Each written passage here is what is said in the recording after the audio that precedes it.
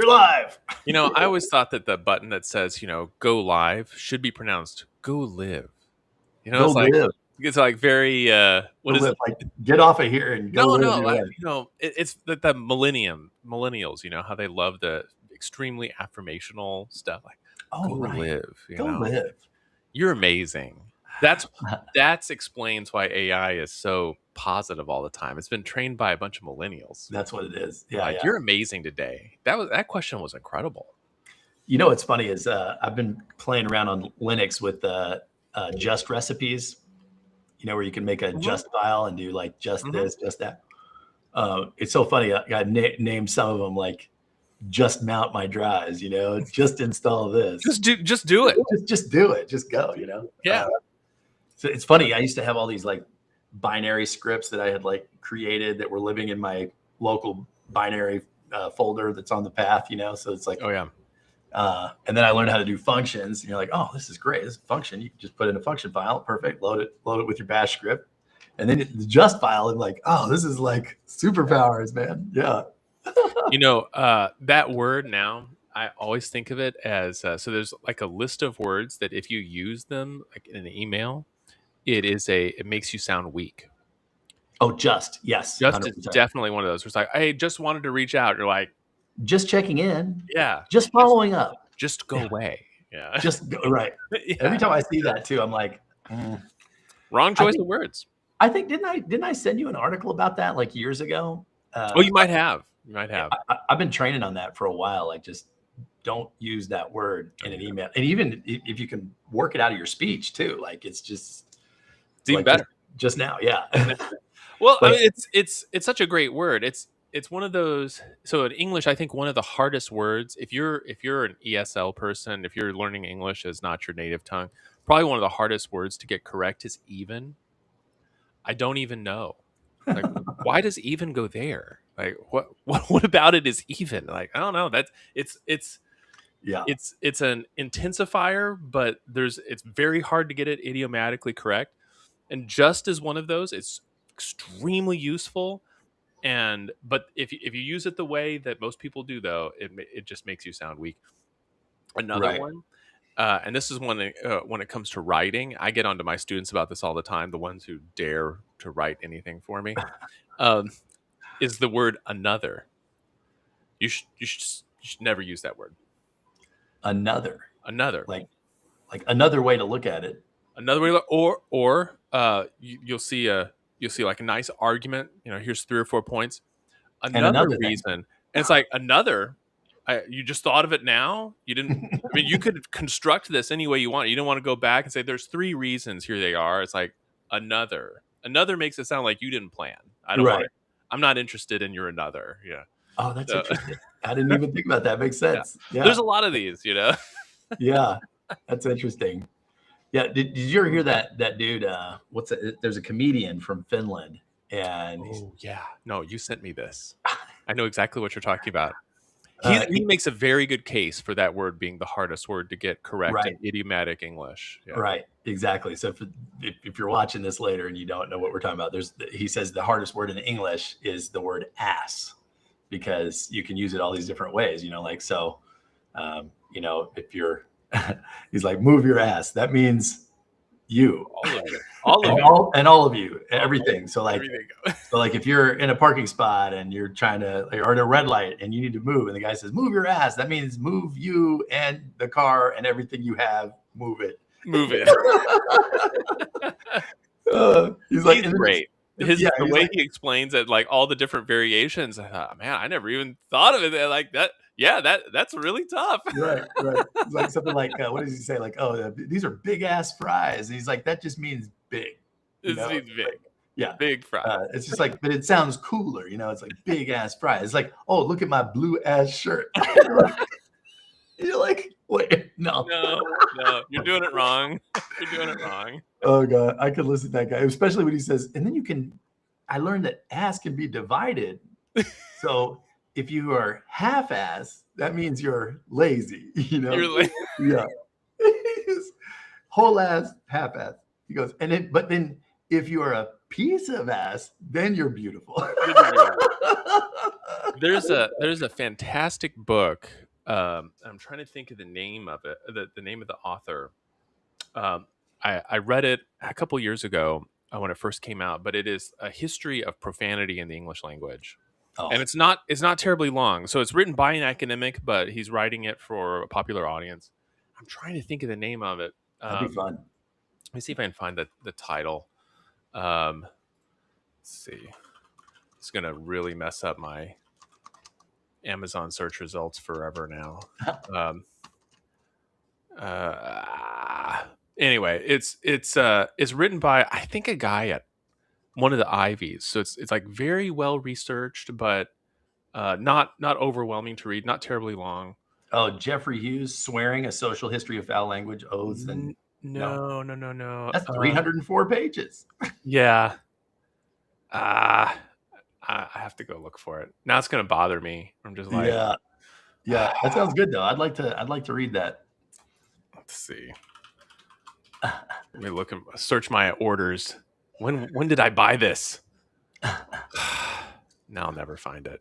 I was doing some repo management, working on some AI stuff, and I use Git to like manage, kind of versioning, and I got stuck somewhere. My repo was mismanaged, and so I called up AI. I'm like, hey, help me with this. My Git repo is fouled up, and it's like, oh, and it comes through and rebases everything, gets everything nice and tidy, and it's like, if you ever get stuck, and I go, okay, great. Well, how can I learn how to do this for myself? And it's like, oh, there's this great resource, and it gives me this link, and the link is ohshitgit.com.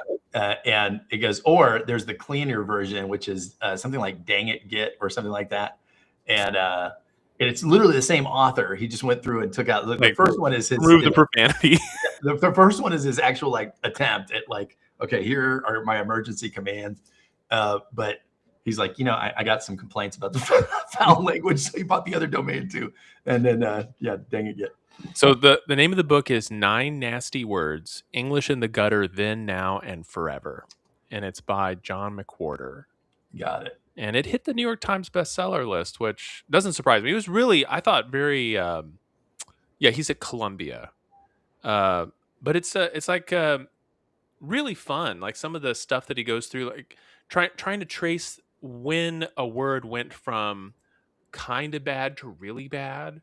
Or a word that, man, you would just never say gets downgraded to be like, no, this one's okay, sort of, as long as you say it the right way. Right. And what the first instances of certain ones are, like where did this word come from? Like, and also how it evolved to have like near swear words. Oh. So like darn, where does darn come? Isn't that like darning socks or something, right? Come from, and why? Traces it to the word tarnation. Okay, so tarnation. So tarnation is and we can still watch you ordering here. You're sharing your screen. Yeah, it's kind of fun. Get it on your wish list. But tarnation comes from tarnal, and tarnal is eternal. So like when someone would say by the eternal, turns into tarnal. By the darn, by the eternal, right? So like sort of swearing by God, right? Okay. By the eternal turns into tarnal, by the tarnal, then just tarnal, then tarnation, and that becomes tarn, and then darn. So it's like, isn't that funny? It's hilarious. Yeah, it is really. Etymology has got to be one of the most fascinating. I love anytime somebody's like, oh, do you know where that word comes from? I'm like, no, tell me. I would like to know. Well, it's fun because English has had so much rapid transformation recently. Like the difference between Middle English and Modern English, so the difference between like Chaucer and Shakespeare, really huge. So English goes through a bunch of changes right away, but they're all written. I mean, this is after the printing press. So a lot of these we can go back and see like, oh, here's the first time this word shows up like that, and it's just very cool. English language. Yeah. This is the first time we can English, ever remember this word. Do you speak English? English? What? Say what again? I dare you. I double dare you. I need to watch that movie again. I actually went on. I went on. I was updating my metadata, streaming helper or whatever, and I made this list of like just Tarantino-esque movies, and I'll share it with you. So anybody watching this wants my Tarantino-esque list, I will send it over. But some good stuff on there. I'd be curious to see him. Yeah, man. So what are we going to talk about, man? So so much this week. This has been like 3 weeks. I almost thought we maybe gave up on this podcast. No, we didn't give up. It's like we want to talk to each other, and we're also egotistical enough to think everyone should hear what we have to say. Exactly. Yeah, exactly. What you're saying is too good just for me. Yeah, that's what I'm saying. Let's talk about this. Let's wait for our podcast. Since then, let's see, the war's over. Wow, peace in our time. Sure. Yeah, peace in our time. Yeah. Hey, whatever. I'll take. Hey, fewer people are dying right now. Let's take that as a win, maybe. Oh, dude, for me, the whole thing was pointless to begin with. So I don't care how you get out of it. Let's see. There was a New York primary. So the Democrat Party looks like it's going to be shifting further left, at least on the coasts. Looks like it. I mean, again, sort of a long trend, but continuing. So I don't know if that's really newsworthy or not. I don't know that I translate it that way, but that's okay. I mean, 3 for 3. Like it's pretty. Yeah, but I think the people on the right are looking at it from that lens, because that's the way they see it. It's like socialist, more or less socialist. There's the spectrum. These are more socialist versus less. Oh, sorry, I meant it as the DSA. Like that specific group. I don't mean like ideologically. Like, but I don't translate. Seems to be on the ascent. Yes. But I don't think it's because the party's getting more socialist. I think it's because they are the only ones putting forward candidates that are actually I think one of the things exciting to the primary voters, at least. I mean, that's got to count for something. I want to give them credit. Like you should moving it. Absolutely. Yeah. And why though? It's not because, is it because people are more attracted to socialism? Maybe, but my suspicion is, and I've had this suspicion for a while now, and I'm pretty sure you'll agree with this. Maybe is, we saw this phenomenon back in 2016 when a lot of when they stole the nomination from Sanders, a lot of his voters went to Trump. And people couldn't understand that. They're like, how is this possible? These are two diametrically opposed people.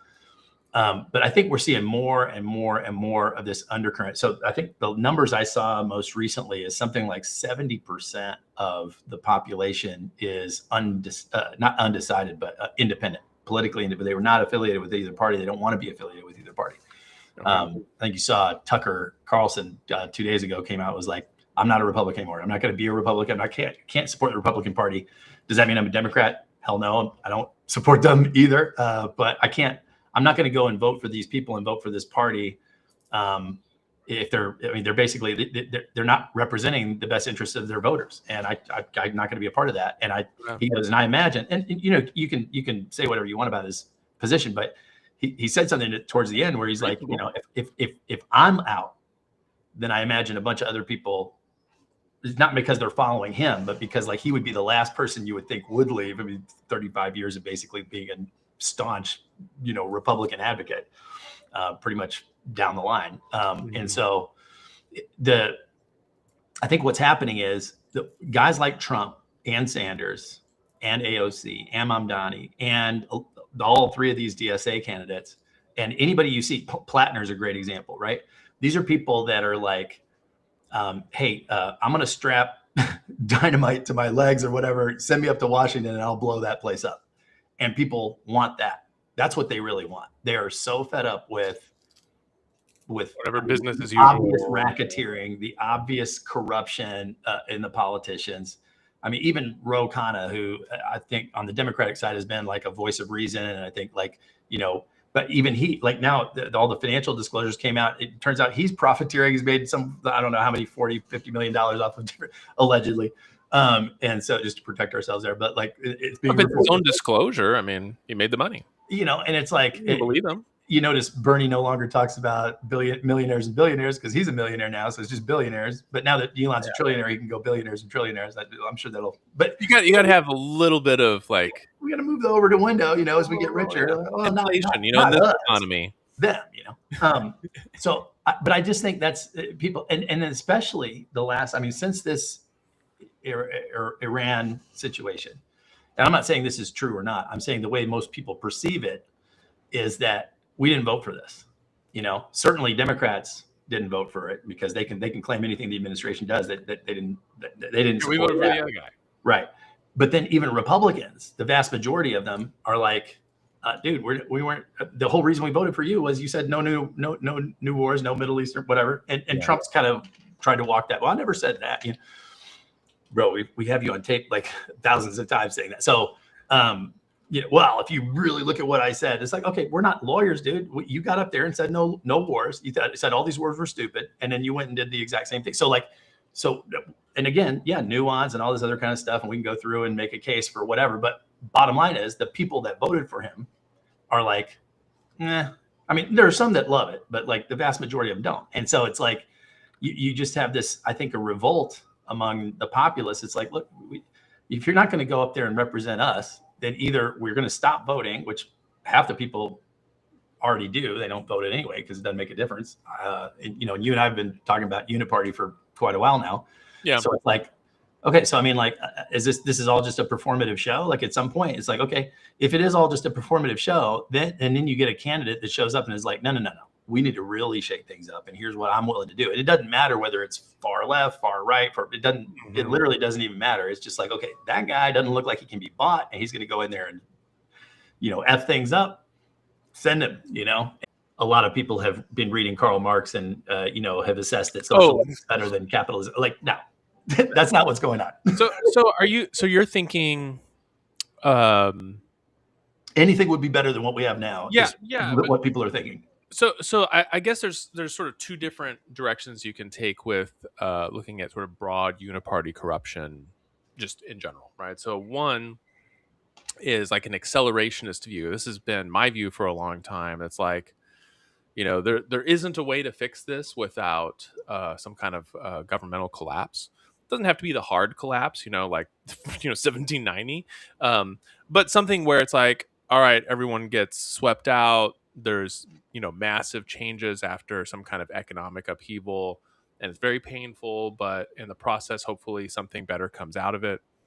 And then the other one is like the sort of the vote of hope, where it's like, well, there's still a chance to save this one. If we just vote in the right people, then this the sort of disaster that we all see in front of us can be averted. We can steer the ship. It's like, it's not too late, kind of thing. So are you seeing these votes sort of broadly over the last 10 years as hopeful votes in that second category? Like, there's still time. Let's get people in there to fix the system from within instead of waiting for it to just collapse under its own hubris. I mean, what else? What other interpretation is there? People are just going to mess with the other side. It's possible. Well, that's one. Yeah. Another one is the system's everything's getting worse, so I might as well get mine. There's that view, and so I'm sure there's plenty of that. Right. So like if you see people up there, they're like, okay, look, I think the three that got voted in New York, I think all three of them, I don't want to put words in their mouth, but I'm pretty sure all three of them were in favor of student loan cancellation, which is fine as a policy. I mean, we debate whether it's good or bad, but whatever. But so if you're sitting there thinking like, I'm drowning in student debt, this whole thing is going to go belly up. The creditors are going to come looking for whoever they can. So I'm a victim of a scam because they told me this was a good investment of my money, and obviously it wasn't. So obviously it wasn't. So like, how about if at least I get bailed out while there's still money to bail people out? Sure. Kind of thing. So like there's that interpretation as well, right? As far as what these votes mean, or like, I want rent somewhere, so let's lock down rent prices, and we both know that that's going to be counterproductive to anything, but long term, but in the short term, it's sellable. Yeah. Well, 1/3 of New York City, I think, 1/3 of the residents live in rent-controlled or rent-stabilized housing. So, Okay. but of course, no, I don't think anyone looks at the New York City rental market and says, "Oh, this is so healthy, so functional." It's like it's a giant mess. Prices are spiraling out of control, like it's ridiculous.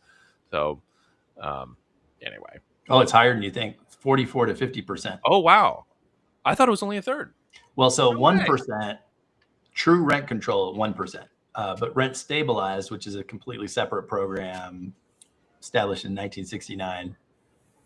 So in the city, it's limited to 16 to 22,000 apartments are rent controlled. Okay. And so to qualify a tenant or their lawful successor must have lived in the apartment continuously since July 1st, 1971. And the building itself must have been built before 1947.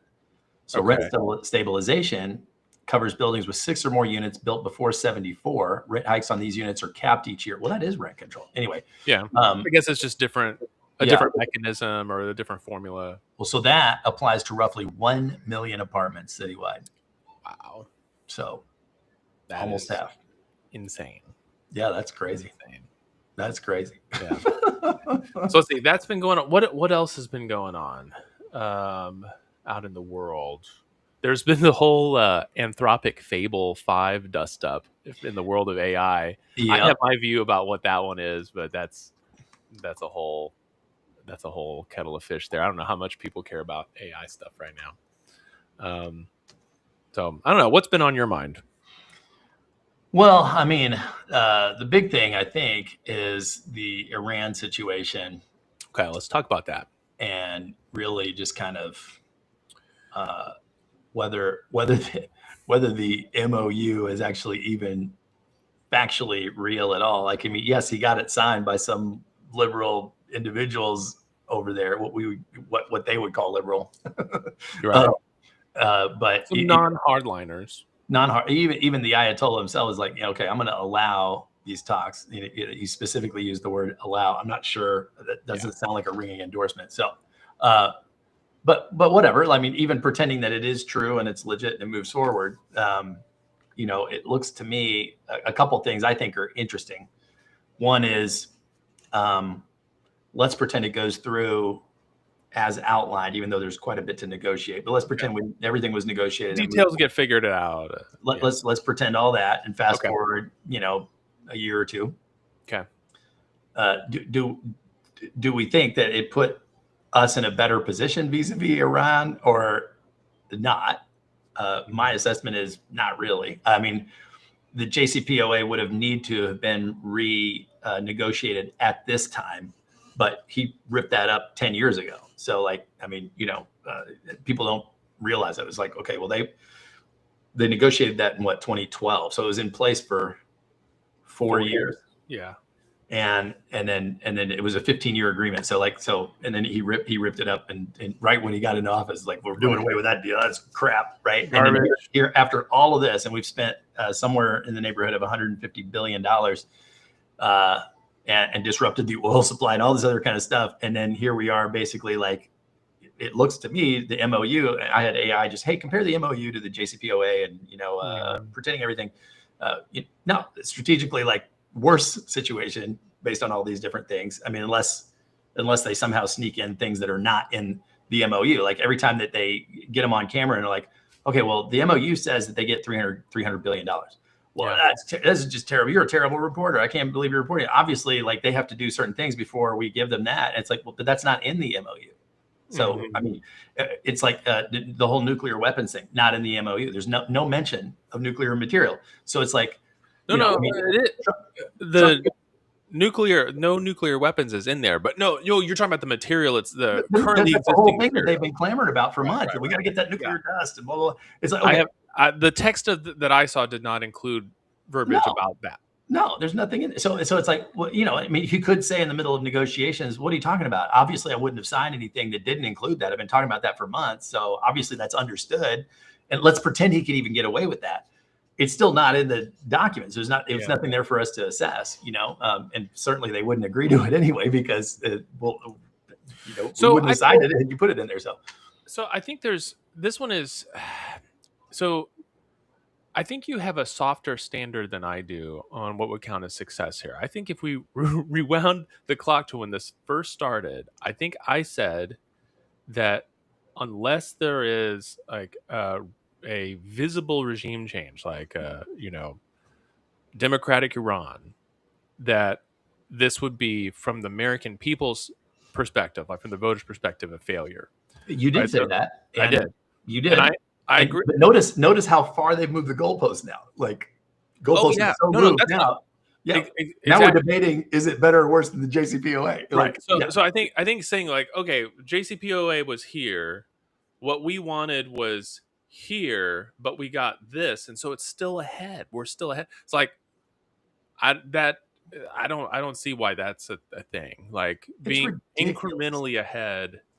I think just it's ridiculous, and that is a political loser right there. I'm sorry, and I was talking to we moved the ball down. We didn't get a first down, but we moved.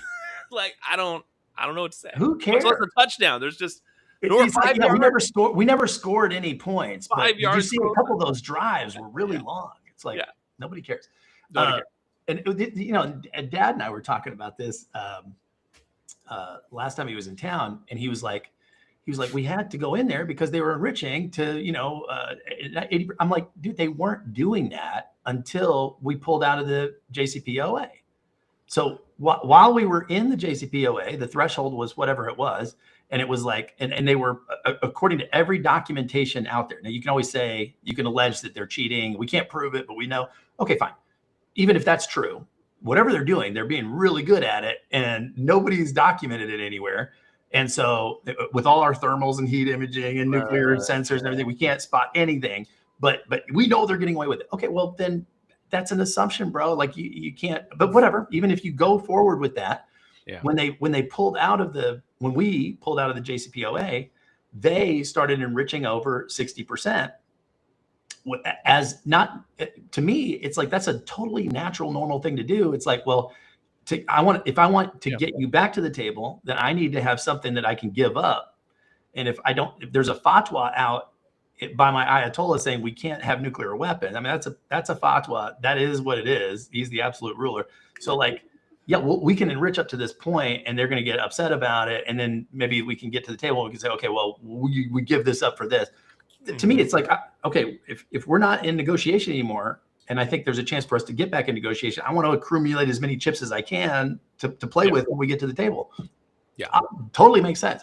I think strategically they would have to. And I think strategically they have to on also the other point, which would be, what if there is no negotiations? Like, what if this is it? Like, what if the country with the most missiles decides they're not interested in negotiating anymore? Maybe we should have a nuclear, like. Well, and what if our neighbor over here, who's super aggressive and is like pushing their territory into all their neighboring countries, who has nuclear weapons, if everybody knows that, maybe it would be good for us to have a deterrent against them. Like, to me, it just doesn't make any sense to not do what they were doing. It's all very predictable. And so for them to be like, I'm shocked to find gambling is going on in the back room and we have to go bomb them. Anyway, so the pretext was ridiculous in my opinion. And then when you were like, oh yeah, we got to have regime change. Okay, well, to me, that's not going to happen without an invasion. We're not going to invade, right. So that's not going to happen. I mean, that's.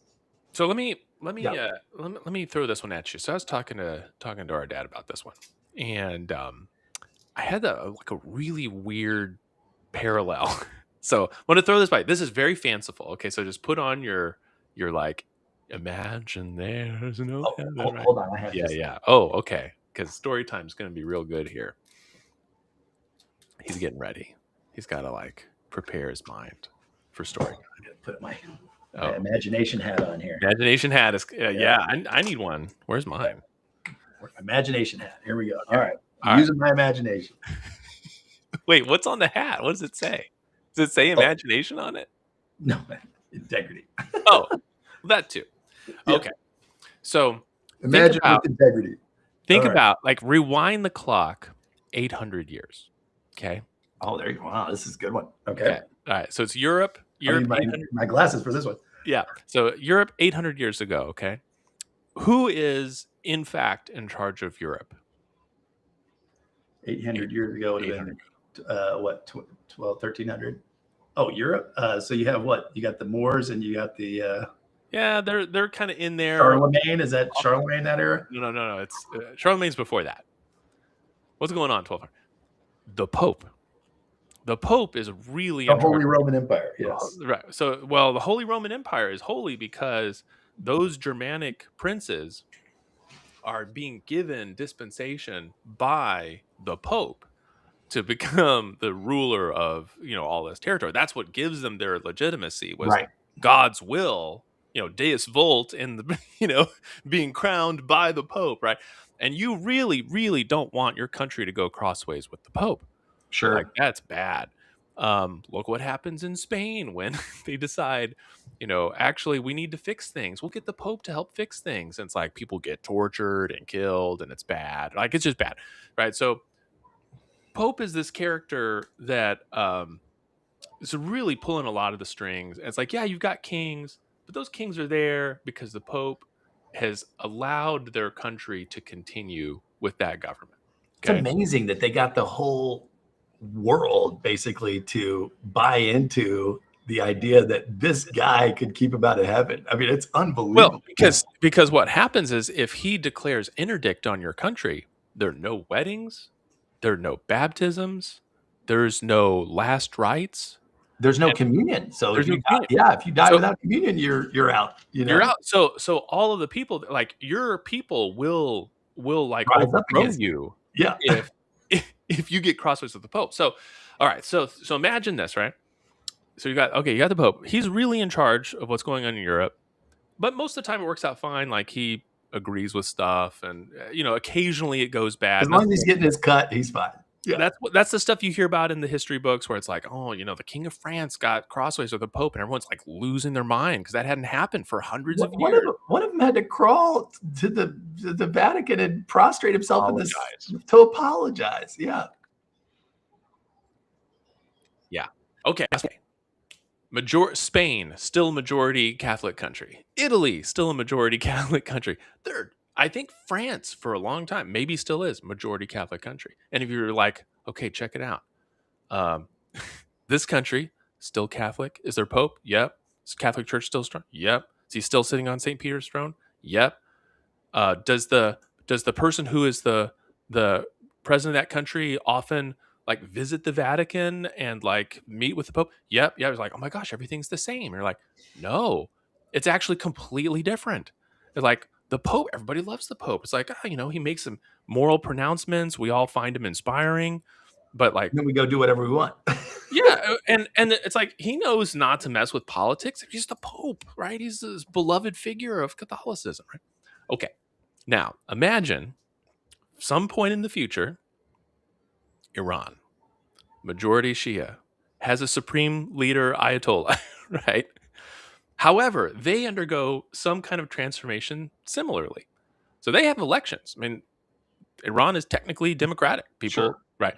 And is the person that is the candidates, don't they have to get blessed by the Ayatollah in order to be? Yep. But what if, in this future point, the Ayatollah becomes like the Pope? Kind of like the Pope, like irrelevant. Yeah. King Charles. Not irrelevant, like extremely important. And like, as far as like the moral direction of the country, and it's like we all look to him for inspiration. But like the British monarchy, it's like, yes, they're there, he's there. Yeah.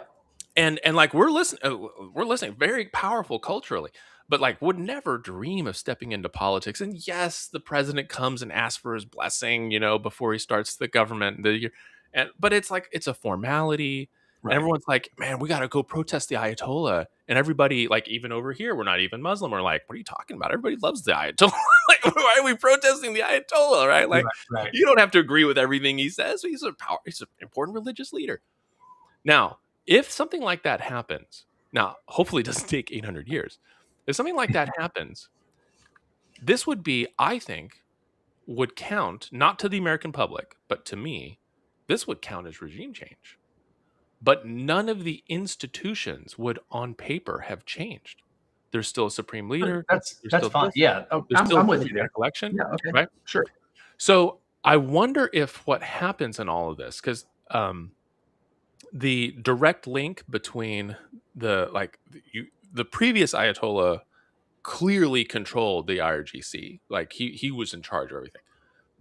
The new one, no one's seen him, no one's heard from him. Maybe he's in charge of stuff.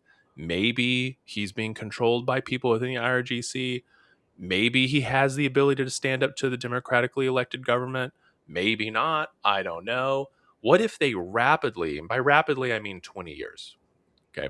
What if rapidly they shift into something like he becomes like the Pope, like the incredibly important figure for Shia Islam and a spiritual leader, but just not important politically. And Iran, which already has democratic elections, now has more normal plebiscite elections rather than, the candidates are picked for you kind of thing. If something like that happened, I think this counts as regime change, but it would be.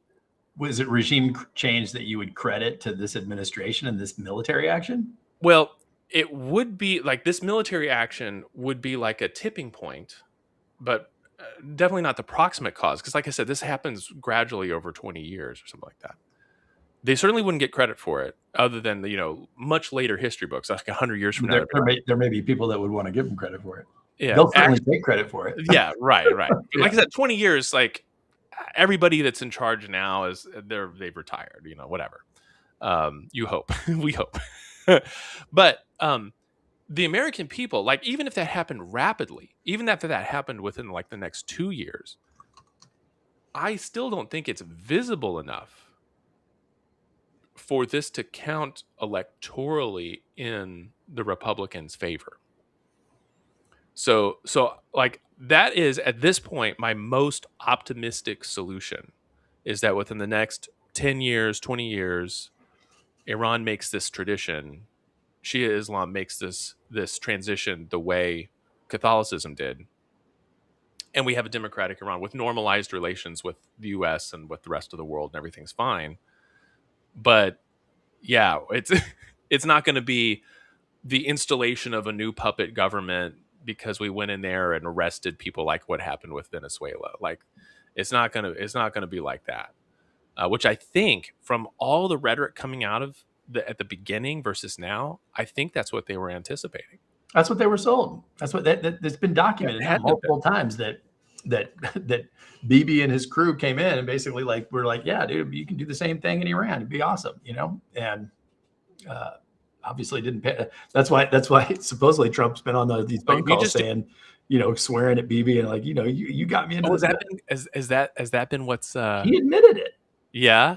Yeah, he was like, he used strong language, but we're still friends. Yeah. Well, didn't even back off of it. Yeah, you bet. So I think. Well, now you have Miriam Adelson and some of these people that were like as big as backers saying that he's betrayed Israel and all this stuff, and it's like, how though? Like, what else could he have done? They want him to go in there and overthrow the government. Like, did you go listen to? So you remember last month? Go in there. Are they talking about like a large-scale land invasion, like tanks rolling up onto the beaches, kind of thing? Yeah, dude. So go listen to. So you remember like a month ago when, maybe 6 weeks ago, when Tucker and a bunch of these, MAGA people were like, okay, I've given you the benefit of the doubt for the last you said 4 to 6 weeks. I gave you 4 to 6 weeks. This is obviously a sham and a disaster. And so they start talking it down, and then he disowned all of them. Like, well, you're not even MAGA. You don't even know. He goes, you want to know the true MAGA voice is Mark Levin. Go listen to Mark Levin's show. And it's like, you and the other 1,200 people listening to that show. And it's like, if you go listen to Levin. So I've never listened to him. He always sounded too angry for my taste. Oh yeah. He's actually, back in the day. Down a little bit? No, he's even worse. He's extremely strident, but super entertaining. I mean, I actually subscribe to his show just because it's like he's just a flamethrower, and I wouldn't even call him far right. He is 100% like Israeli friendly. So like whatever the Israeli government wants, like he is like Smoldrich and all these other guys that are in that Israel cabinet. Like he's basically just parrots their stuff. Why? I don't know. I mean, other than does he make some kind of principled argument for the? No, he's always been that way. So like I'm sure it comes from a sincere place, you know. But it's just like there are people who are just gung ho about the Israeli project. Not just Israel existing, but Israel expanding its borders, occupying all the land that God gave to Moses and all this other stuff, you know, and restore the King Solomon's empire kind of thing. That's their thing. And a good third of them are in the cabinet that Bibi had to like do a coalition with those far right people to keep his government. I don't know if you remember, like maybe a year, it may have been 2 years ago now, but there was a big thing. He almost got thrown out of power, and he ended up moving to the right and picking up all these people and say, "Okay, if you'll back me, then I'll, you know." Yeah, because he's a survivor. You got to give that guy some credit. What's that? He was kind of center right-ish. Netanyahu. Right? Yeah, but now it's more of like he's moved to the right of necessity. You know, so like yeah, to keep that. A lot of these politicians, even in our country, you know, it's like they, you know, where do I need to be?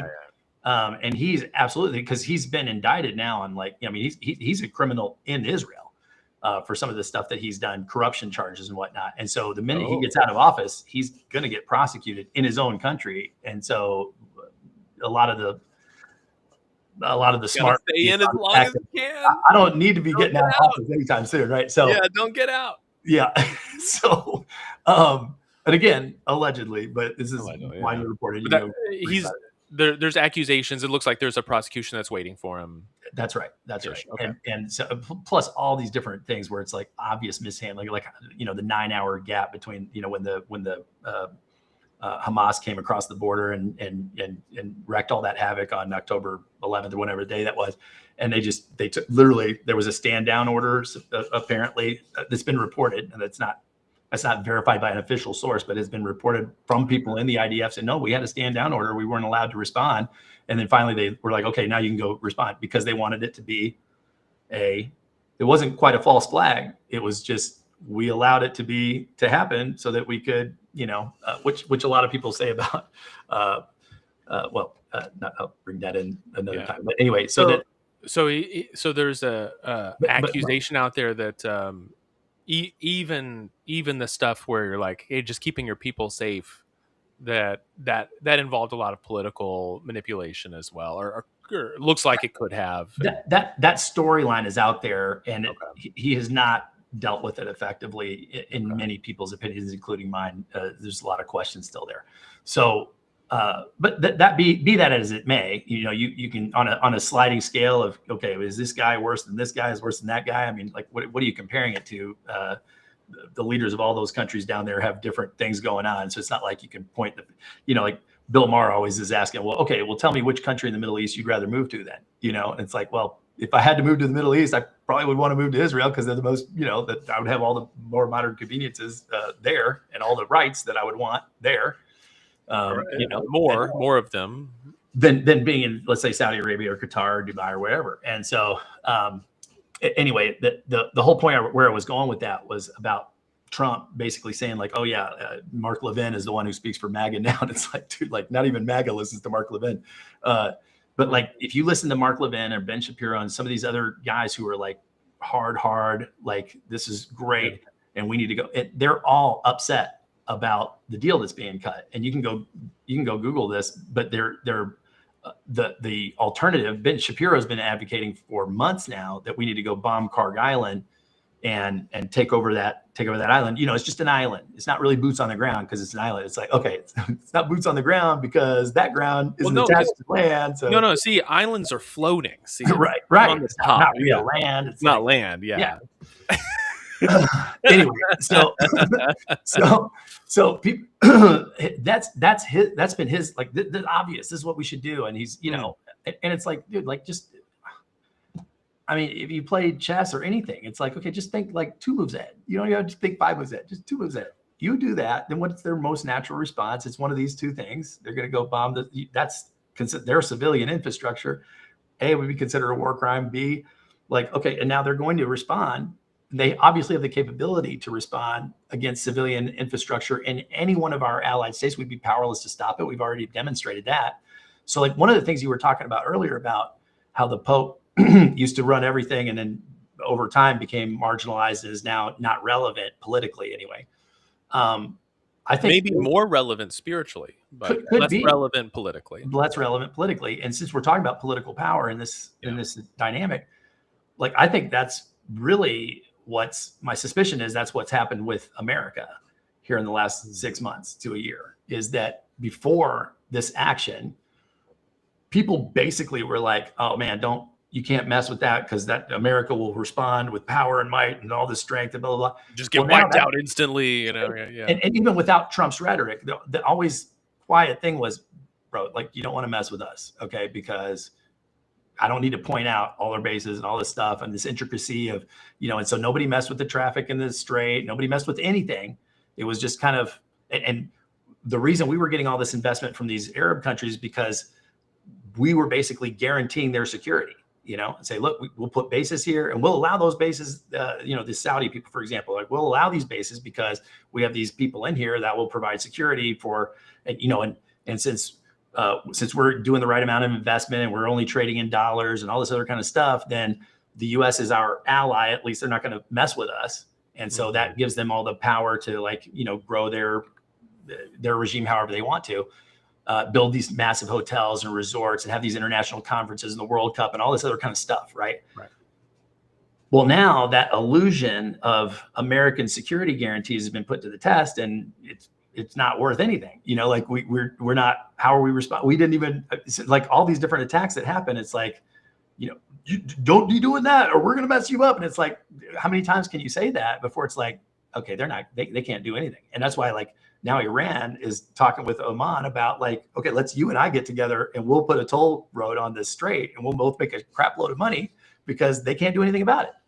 And yeah, I mean, what can they do about it? They can blockade the strait, but that hurts the global markets as much as it hurts anybody else. So it's like you're stabbing yourself in the eye. And even Trump admitted the other day, literally, I don't know if you saw Rubio's face was standing behind him when he said this, but when he's like talking about the MOU and he's obviously sensitive to this whole taco Trump always chickens out thing, and he's like, these people that are upset that I signed this, I mean, what's their alternative?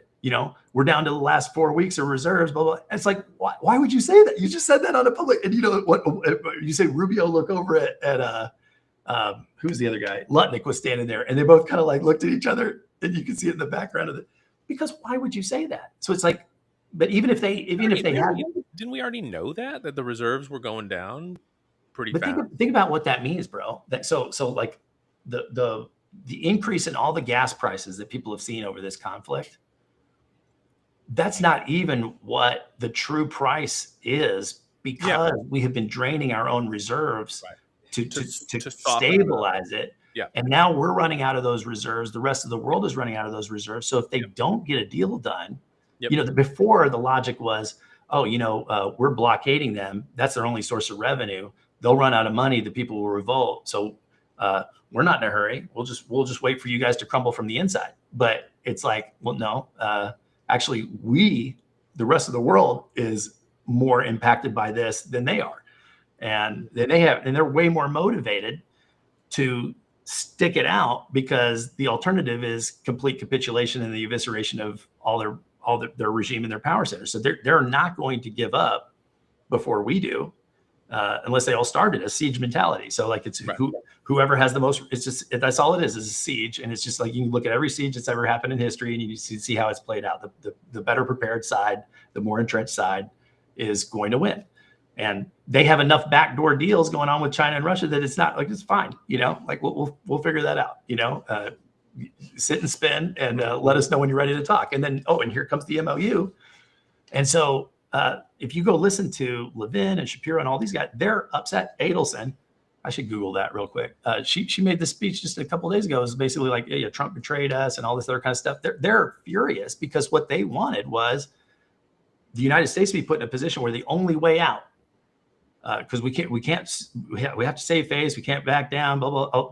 Like that old Henry Fonda movie. What was that movie called? Where they almost launched the nuclear weapons because they have to. Because if we back down, and it's like finally the two presidents get on some telex off to the side and work something out, and everybody's pissed off about it, but we avert nuclear war. That's a great movie. I need to look up the title of that.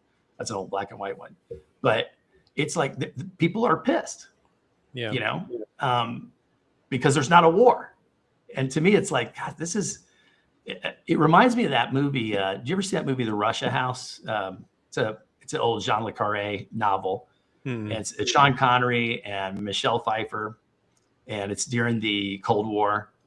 And the whole point of the movie basically is that there's this publisher who's like not political at all. It's just kind of this has-been publisher is at this party with these other Russians. He basically publishes Russian writers, during Glasnost, right? And he's just pontificating at this party. And there happens to be this guy at the party who's a Soviet physicist, who's like the Soviet physicist who's in charge of all the nuclear secrets and everything else.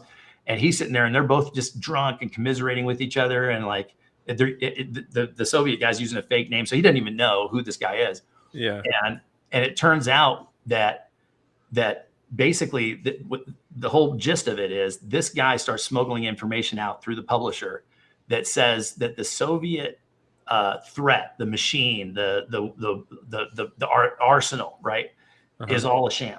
Like it's everything's broken, nothing works, right, and they're literally just years away from complete literally the biggest imposter syndrome ever, which turned out to be true.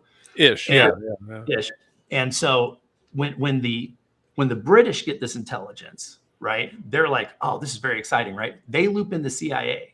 The CIA, they look into it and they're like, okay, we think that this is true, but this is not good because our customers, this is the CIA guy. I just watched it the other day again. And the guy goes, our customers. Like I need to see this. And it took me a minute to figure out who he was talking about. He was talking about American business interests, right? He's like, our customers that come here to Washington, they want an arms race because that's how they make money. And he goes, it's hard to sell how do you sell an arms race when you're the only asshole with arms? And so they more. Yeah. And so then the whole thing is basically like, how do we discredit this guy, right? It's very interesting, but it's like, gosh, how many times has that story like popped up? It's like, dude, nobody wants to hear that we could have peace because that's a massive loss of revenue to all the wrong people because those are the people that paid to put you in office in the first place. Well, yeah, I mean, if you think about it that way, it seems like the most ideal setup for someone in that position would be to have mostly peace, but punctuated by short and successful wars fought with overwhelming force. So you want best for who? The people that would be in charge of what do you say, like an arms race, right? So if you just have prolonged peace, that's not good because people would be like, why do we have this military, right? So you want to keep the military to be important, and you want it to be able to say like, look, this is what your money is buying you. But you don't want to be in a constant state of war because then you actually have to convert dollars to like munitions. And that is a physical game.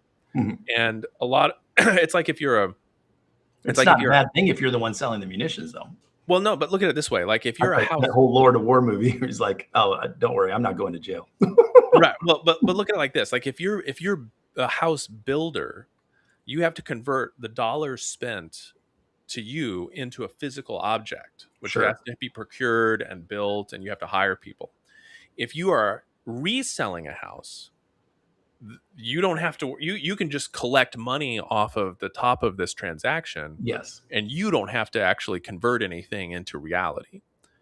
So what you want is to be able to have as much of it be like reselling.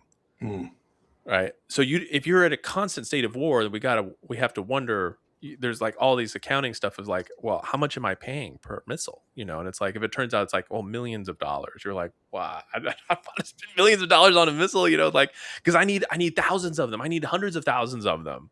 I need those missiles at cost. And in fact, it should be your patriotic duty to produce them cheaper than you are, kind of thing. Where if you have long peace punctuated by short wars, then it's actually more profitable. So it seems like that would be the correct thing to do. In which case, like the Cold War turns out to be really nice because you get kind of the best of both worlds there.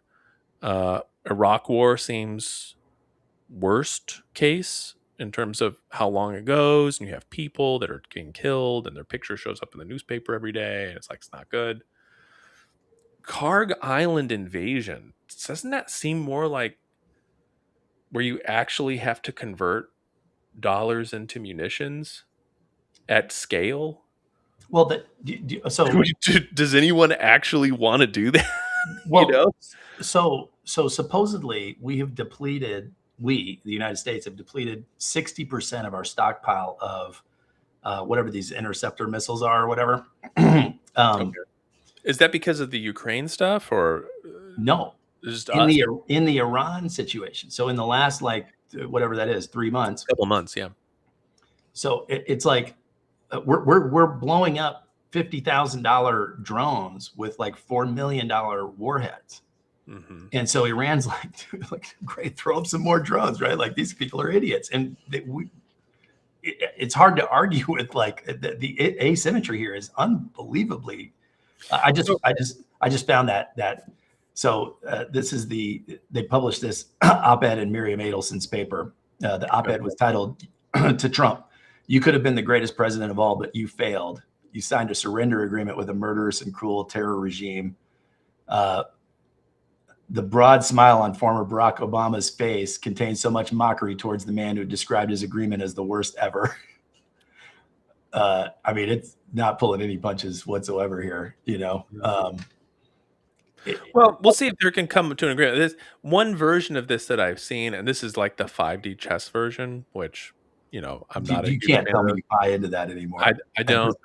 But here is the 2D chess version, not 1, but not 5, 2. This is the checker move. The checker would be something like this. Hey, we're down to our last 4 weeks on this stuff. We need to let the market recover a little bit. We need a little bit of time to start producing drone response stuff, because if all of our deterrence is based on stopping missiles, and they're not shooting missiles, they're shooting drones, then we need to start mass producing something different. And so, okay, 60 days, we extend it to 90 days, we extend it to 120 days, whatever, right? They love to talk, we love to talk. We'll just kind of go to Switzerland, go to Islamabad, we'll go wherever. We'll talk, and we'll rebuild our stuff. We're able to rebuild faster than they are. We blew up a lot of their factories. We didn't get any of our factories blown up. We get to catch up, let the economy return to a baseline, and then we do it again. You know, and this time the asymmetry will be that now it'll be symmetrical. Now we can sit there and like, oh, you shoot 50,000, we shoot 50,000. Who's going to run out of money first? Not us, you. You know, like that kind of stuff. So that would be, I think, plausible. I don't know. I'm sure there's at least someone over there that's thinking that. Okay, here's the stats for you. So, okay, hit me. The U.S. war with Iran has drastically depleted American stockpiles of key long-range strike and air defense missiles. Pentagon used over 1,000 Tomahawks and 1,500 Patriot and THAAD interceptors. THAAD. Restocking these inventories to pre-war levels requires between 3 to 5 years. Okay. So the military has depleted between 50 to 80% of its stockpiles for key precision strike and air defense munitions this has been 39 days. According to data compiled by the Center for Strategic International Studies, the total U.S. missile inventory was reduced by 1/3 to 1/2 overall, creating a significant window of vulnerability. And then here's the specifics. So THAAD interceptors, 50 to 80% depleted. Patriot missiles, 50% depleted. 1,200 interceptors fired at a cost of $4 million each. Mm-hmm. SM-3 and SM-6 missiles, that's approximately 20% depleted from naval stockpiles. Precision strike missiles, PRSM, at least 45% depleted. ATAC MS ground missiles, nearly 46% depleted within the opening weeks. Tomahawk cruise missiles, 33% depleted, with more than 1,000 fired out of a pre-war inventory of only 3,100. And then joint air-to-surface standoff missiles, 20 to 25% depleted. And that's just from this war. And then people are like, oh, it's still great. It's best, good decision. It's like, on what metric? On what metric? And when I was talking to Dad about this, and he's like, you just don't understand how it is. And this regime is terrible, blah, blah. I'm like, okay, so you think all of this was worth it? Just period? Or like, if there is a particular result, or at what point would you consider it to have been a bad decision, or a poorly executed plan, or at any point, where would you have some critiques? Yeah, I think also, and this is one where, I mean, it's, and I'll just say this for anybody watching. I mean, we both love our dad, and I respect him a lot. It is very difficult for me to get my head around this. I'm all in on this operation. We talked about it at length too. I was up there a couple of days ago, and we kind of went around the circles on it a couple of times, just trying to get a feel for what he was worried about, what he was thinking about. And it's one of those where it's like, it's okay. And I think, I mean, we talked about this, we're on the same page. It's like, it's okay. And to say with hindsight, things are, if you knew then what you knew now, which you couldn't have or whatever, you might have chosen something different or whatever. So you might say, well, I was really in favor of it at the beginning because of these reasons. And it's like, oh, turns out, right. Or I was misinformed or uninformed or whatever the case may be. Yes. Yeah. Or like the situation on the ground, no one could have known that it would have been, it's totally fine. And you said, at the end you say, well, okay, what were the outcomes? And again, this is still, it feels to me a little early to talk about like eventual outcomes, but at least up to now, I don't see that the outcomes are the ones that we would have traded all those munitions for, unless, again, I mean, this is one of those things where it's like the ultimate military bailout kind of thing, right? So it's like if you're a missile making company and or missile storage or whatever, and they're like, hey, here's another $1 billion, and we're like, man, we don't have any place to put this stuff. I'm like, no problem. I got you. We got, are any of these? Well, a lot easier to justify that $1 trillion Pentagon budget now. Yeah, nobody's arguing about that anymore. If you're looking at it, you're like, a quarter of our stock. That's a good point. Right? If you're like a quarter of our stockpile, like the expiration date on the propellant is starting to reach, like, we're not so sure they're going to actually fire if we wait another couple years. It's like, cool, let's deploy them now. We got to burn them up anyway. These are fireworks at this point.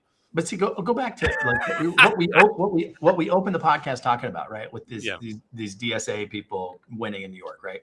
Yeah. It's like what creates the climate where people are like ready to blow up their government or send, it doesn't matter. This guy had, before we were talking about, Elon Musk is a Nazi because he had the salute, and we all know what that means. Meanwhile, here's a Democrat with an actual Nazi tattoo. Yeah, no problem, right? Yeah, no problem. And it's like, okay, and again, I don't even have a problem with the Nazi tattoo. Like, I personally, like, I'm not in favor of Nazis. I don't like Nazis. Nazis can suck it. Okay, but people make bad decisions. They could. There's any number of different things, right? What we're trying to suss out is, are you a secret Nazi today? Right? Yeah. And I don't think you get that you have a past that maybe you're not proud of. That's fine. No problem. To me, it's like, okay. What about today? So I'm not about to hop on the anti-Plattner train either. I think the whole thing is, most of all of it is just a kabuki dance anyway. I'm just saying, it's like, if you got up on your moral high horse for that, but you don't care about this. Anyway, from the sidelines, take some acting classes, okay? What do they call it? Stanislavski, highly recommended. Anyway, I just think it's like, and people wonder, it's like, what is causing this frustration? Why are people ready to? It's like, dude, look at what we're spending our money. This is your tax dollars.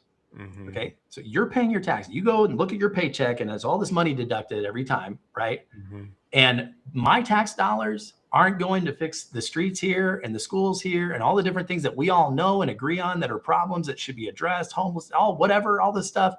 You're going to take my money and spend it on blowing up people that didn't attack us, didn't have anything to do with anything. Everybody documents that no, there's not even a threat here at all, appreciable. Or you're going to fund this Israeli government with it is absolutely by any measure a genocide. The only reason we're not going to call it a genocide is because this is our ally. So obviously our ally can't be committing a genocide. It's something different. This is a totally different case. It's like, okay, whatever it is, I didn't sign up to murder children and blow up countries and spike the oil prices and come up with some excuse to why we could need a bigger Pentagon budget. That is not what anybody signed up for. So of course they're pissed. It's like, I can't get a job. The median age for first-time home buyers, okay? Mm-hmm. 20 years ago was in the 20s, 25, 24, 30. This year, they just released the numbers. Now 40 years old, first-time home buyer. Used to be your home to your annual salary was 2 times, 2.5 times, then 3 times. Now it's over 4 times, or pardon me, 5 times. Yeah. The amount, you make $80,000 a year, and your house, the average house is $400,000. That's 5x. It's like, how do you? And all of this stuff is going on, and now AI is coming out, which I love AI, but it's like, okay, AI is coming out, and you're telling me it's going to take my job and everything. So I went and retrained myself off the factory to get some coding job. Now you're telling me they're coming up. It's like, so I'm not going to have a job. You don't know how I'm going to live, but I'm sure it'll all be fine. It'll be great. We won't even need money. What are you talking about? And they're hearing all of this stuff going on, and nobody's doing a damn thing about it. Instead, everybody's talking about transgenders and let's go. Iran can't have a nuclear weapon. It's like, I don't care about any of that. Fix my school over here. People are losing it. Like, of course they're pissed, and it's like, I just don't see how these people. I was watching some podcast the other day, these right wingers, and they're just like, it'll all be fine. The midterms are going to happen. They're not going to vote for these crazies, blah, blah, blah. I'm like, dude, you guys are in for a maybe. And it's like, they're just whistling in the dark. And meanwhile, the other team that's going to pick up the ball next year, pardon me, at the end of this year, right? November is coming up. The team that's going to pick up the ball, the other team, they don't have any ideas either. It's not like they're coming up here. No, they're like, oh, finally we can be back in charge, so we can protect the children against this. It's unbelievable the stuff that they're focusing on. And it's like, finally we can get boys back in girls sports or whatever the thing is. And it's like, are you even like? None of them are even like, it's like, okay, the parties, the party leaders, all this stuff. It's like, they have their head completely up their rear end. And it's like some surprise that this third party or this fringe group is winning elections. Like, it's not a surprise. Any fringe group that stood up and goes, all of these people are crazy. Elect me and I will go up there and I will fight for you. If they say it with authenticity, people are going to vote for, of course they're going to vote for that. Yeah. Of course. It's just, it just makes me want to pull my hair out. and then people are freaking out. And Tucker Carlson's like, I can't support the Republican Party. Well, this is what we always knew. He was a secret. He wants Sharia. It's like, that's what you're gonna take from the scenario. Yeah. Well, I mean, a lot of this stuff, I guess, for people who are sort of into politics, you have to think of the parties really not as like vehicles for certain ideologies. I think as soon as you do that, everything becomes very confusing and you feel like people have betrayed you or whatever, right? A party is just a mechanism whereby you can create a coalition, hopefully the largest possible coalition. And that's all it is. And so it's like your coalition, as long as it can stay in power and can distribute the goods that being in power gives you to its own supporters, then the party is successful. And if you're looking at it as like, will this party? But you just said the key thing: as long as it can distribute the goods to the people who supported them. No. Not the people that support it. The people that the party supports. Right. So if you're in, if no, it's the people that supported them. Well, no, but that's that's what I'm saying. It's like, okay, all right. Let's talk about this. Maybe a very interesting semantic difference that is a big deal. Because you want the the voter, you kind of don't care about the voter, right? Whatever. It's not the voter is not the one supporting the party. The people with the money are supporting the party. Right. And those are the people that those are the people that the party rewards. So think of it like the party is like a feeding trough, right? And so the power and money influence that comes through a government, through taxation, through whatever other means, is the slop in the trough. Okay. And so if you're the one that controls the trough, then your people, however you define your people, are the ones feeding from the trough. And so, well, how does a party define who their people are? Well, right now it seems like most of the ones, either they're like the people that get a place at the trough are the ones that assist the party in remaining the keepers of the trough. And how do they assist the party in keeping power? Well, there's all sorts of ways. So, sure. Such as? Example, well, if you're a lobbyist, it would be things like favors, money, industries that can pay for lobbying, things like that.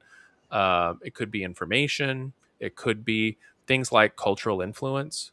So there's a whole bunch of I'm in higher education. Higher education seems to often sort of bolster one side over the other by producing academic literature, making sure that people who pass through the system all believe a certain way. So they're assisting, and so they get rewarded back with grants, and various educational agencies pay out different things to different people along the way. And so like it's all a big kind of circular thing. And right. I would say most, if you're thinking like as the voter, hitting the button for one party or the other, it doesn't seem like they're really interested in rewarding you, because it's kind of easier to persuade you by paying off or like having a chance at the trough for other groups.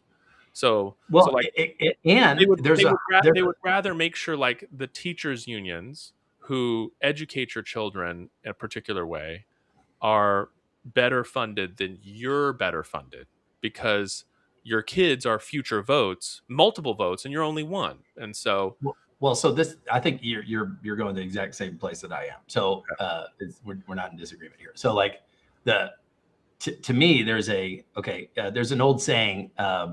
There's an old saying on the Democrat side: vote blue no matter who. Right. Vote blue no matter who. Right. And this whole idea, and it equally exists on the right. It's like they don't say it that way, but it's like I can't vote for Democrats. They're all they hate America. Like so if so here's this particular Republican, let's say Trump, who is not doing what I want him to do. Well, what's your alternative? You're going to vote for them? No, I'm not going to vote for them. So he doesn't have to do anything to earn your vote, other than for you. That's right. All he has to do is the people that paid to put him into office, the future people who will contribute to his campaign, and all the different people who outside of money is the biggest piece, but outside of money, you do have cultural influence. But a lot of times that's driven by money. So like ultimately money buys almost everything on your list, pretty much. And so even when you don't have the cultural influence, if you can spend enough money in the right ways, I mean, you can't lock it, but you can highly drive your percentage chance up. And then if you lose, okay, we'll send our lobbyists to grease the wheels of this crew, and we'll get them to do what we want anyway. And so, I mean, maybe not 100%, but if we get 82%, the other 18 we can deal with, right? And so I think the big players, though, I think have figured out how to remain at the trough no matter what. Well, exactly. Yes. Right. And so it's like that I think is the fun part. And then the other people who basically get a place at the trough, depending on which party is in control, they're the ones that tend to get really fired up about politics. It's like Google is not terribly fired up about politics. They don't care because they're going to win either way. What. They got their seat, they got their spot in the trough, and so they're like, we're just here to like help everybody, That's fine, But other groups aren't like that, and so they sort of succeed and fail based on who's controlling the trough.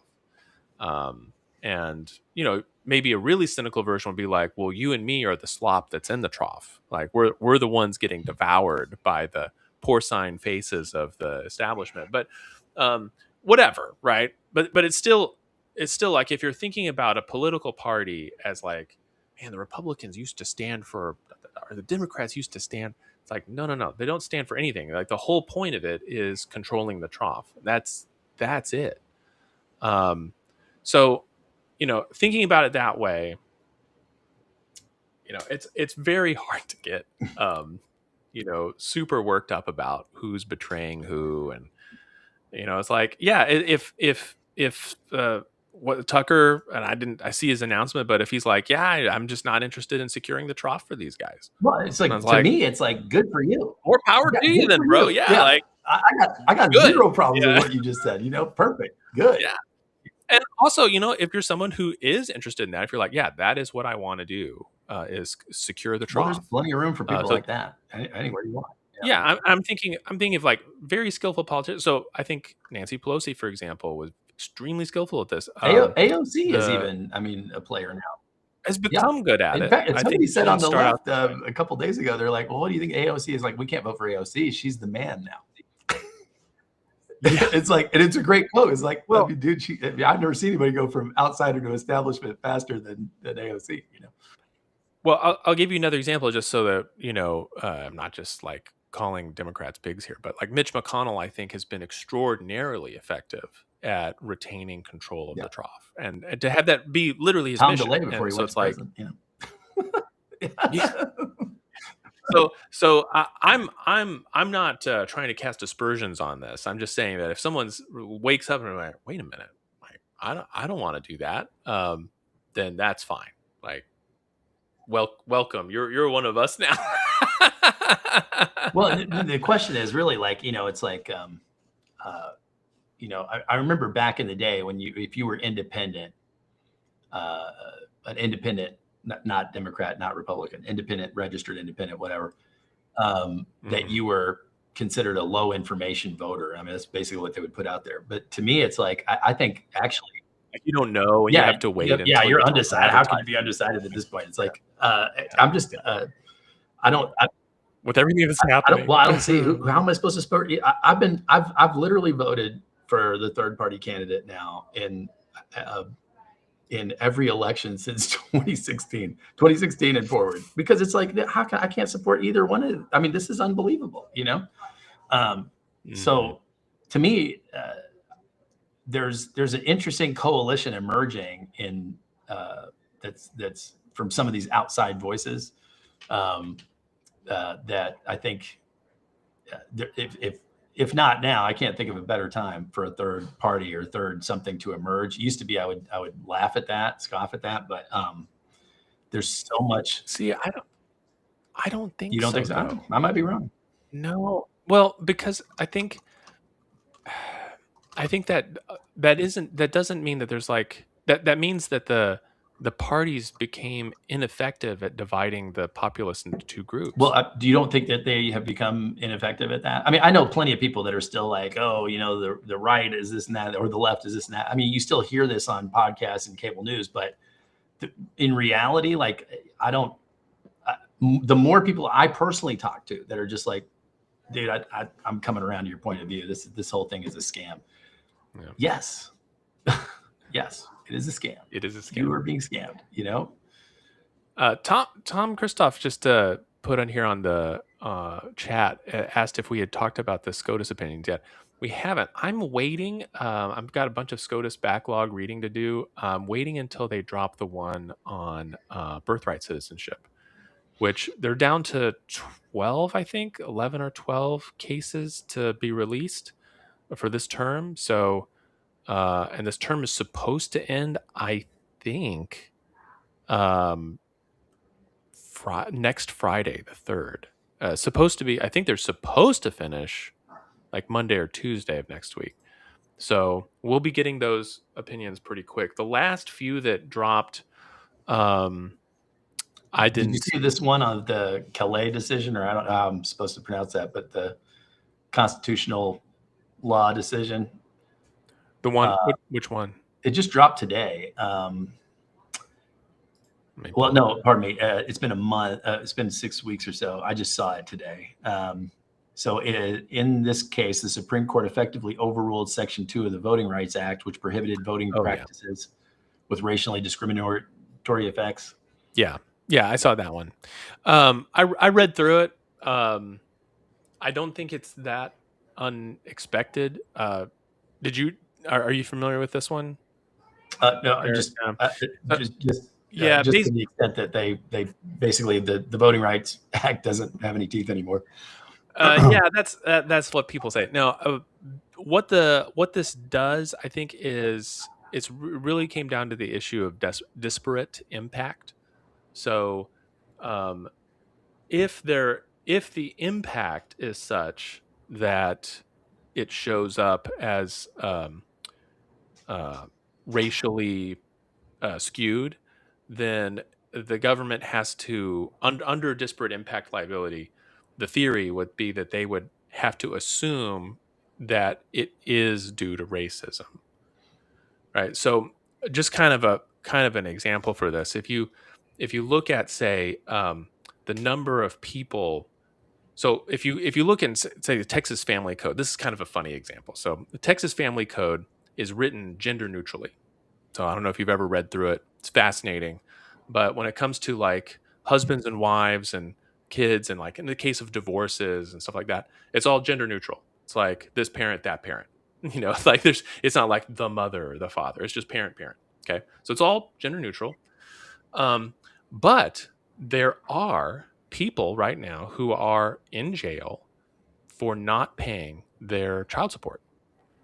And it is the only debtor's prison that is allowed. If you do not pay the person you're supposed to pay child support, you can go to jail, and they will keep you there in jail for not paying your debts. It's fascinating.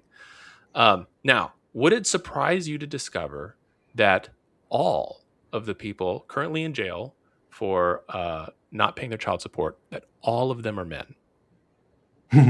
Well, how many women get charged with paying child support? Extremely few. Right. There are some, but very few. And so you say, oh, wow, this has a disparate impact on men. Therefore, it's sexist. It's a sexist law. Yeah. Well, so that's the thing, is that you look at the law and you're like, no, law is gender neutral. It doesn't say anything about this parent or that parent. We say, well, the impact of it seems to heavily disadvantage men financially. And you could say, well, there's a reason for that. Here's why. It's actually explainable. 70% of the men that ask for custody of their kids actually get it. So like, maybe they didn't want to like be the primary caregiver. Maybe it was easy for them to cut a check instead of like actually go pick up the kids from soccer practice. Be a dad, yeah. Or be that kind of dad. Like, I want to be a dad, but I don't want to, do that, whatever, right? So like you could make a huge case for like why this is the case, and maybe all that's explainable. But if you said no, the fact that there's disparate impact at all means that this is a sexist law, and we have to go back and change it. So that was basically the model that was being used. So is that, hey, there's a disparate impact on the number of like the percentage of black votes and how they get gerrymandered in or out or whatever. And you can say, well, here's the reason why. Look at this. This actually is more about party affiliation than anything else. And this. And if there was a way they could gerrymander according to party affiliation, they would do it. Well, no, that's the thing, is that's what this does. Truly. No, that's what this ruling does, is it allows them to actually do a above board, honest partisan gerrymander. And wonderful. It's exactly what we need. Right. And so you can say, well, look, the fact that it might have a disparate impact doesn't mean, right now, it's not that you can't look at it and say it's racist. It's just that the fact that it has a disparate impact doesn't by itself mean that make it racist. Right. Yeah. It would have to be racist for some other reasons.